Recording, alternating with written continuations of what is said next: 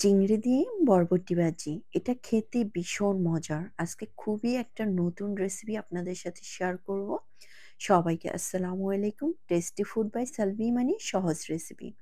কিছুটা বরবটি আর আলু সাইজ করে কেটে নিয়ে ধুয়ে তারপর বসিয়ে দিলাম। সামান্য একটু লবণ, একটু হলুদ দিয়ে তারপর পরিমাণ মতো পানি দিয়ে একটু ঢাকনা দিয়ে ঢেকে একপাশে সিদ্ধ করে নিচ্ছি।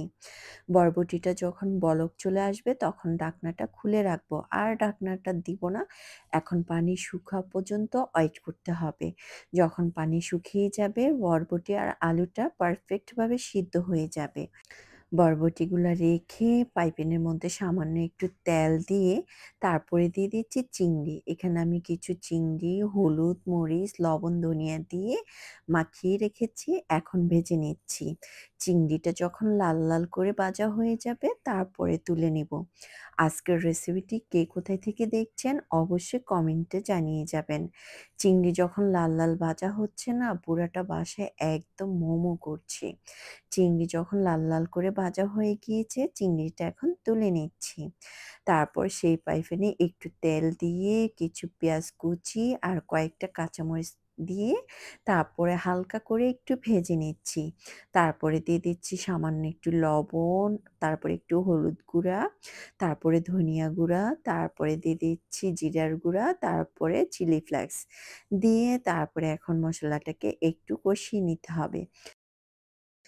কিছুক্ষণ কষানোর পর সামান্য একটু রসুন বাটা, সামান্য একটু আদা বাটা দিয়ে তারপরে একটু নেড়ে-চেড়ে তারপরে সামান্য একটু পানি দিয়ে মশলাটাকে খুব ভালো করে কষিয়ে নিতে হবে। তা নাহলে মশলা থেকে গন্ধ আসবে।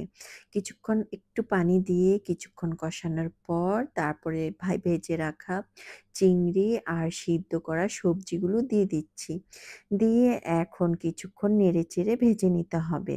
আর এইভাবে একটু ভিন্নভাবে যদি আপনি এই সবজিটা ভাজি করেন, এটা খেতে অনেক মজার হবে। এটার স্বাদটা না দ্বিগুণ বেড়ে যায়।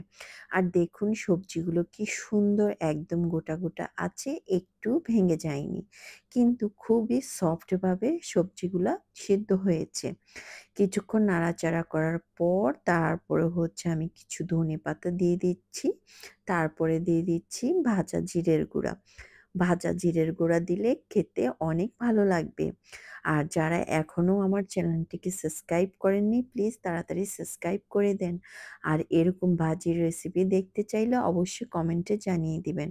আমার ভাজি একদমই পারফেক্ট। এটা গরম ভাতের সাথে খেতে ভীষণ মজা লাগে। আর দেখুন দেখতে কতটা ইয়াম্মি হয়েছে।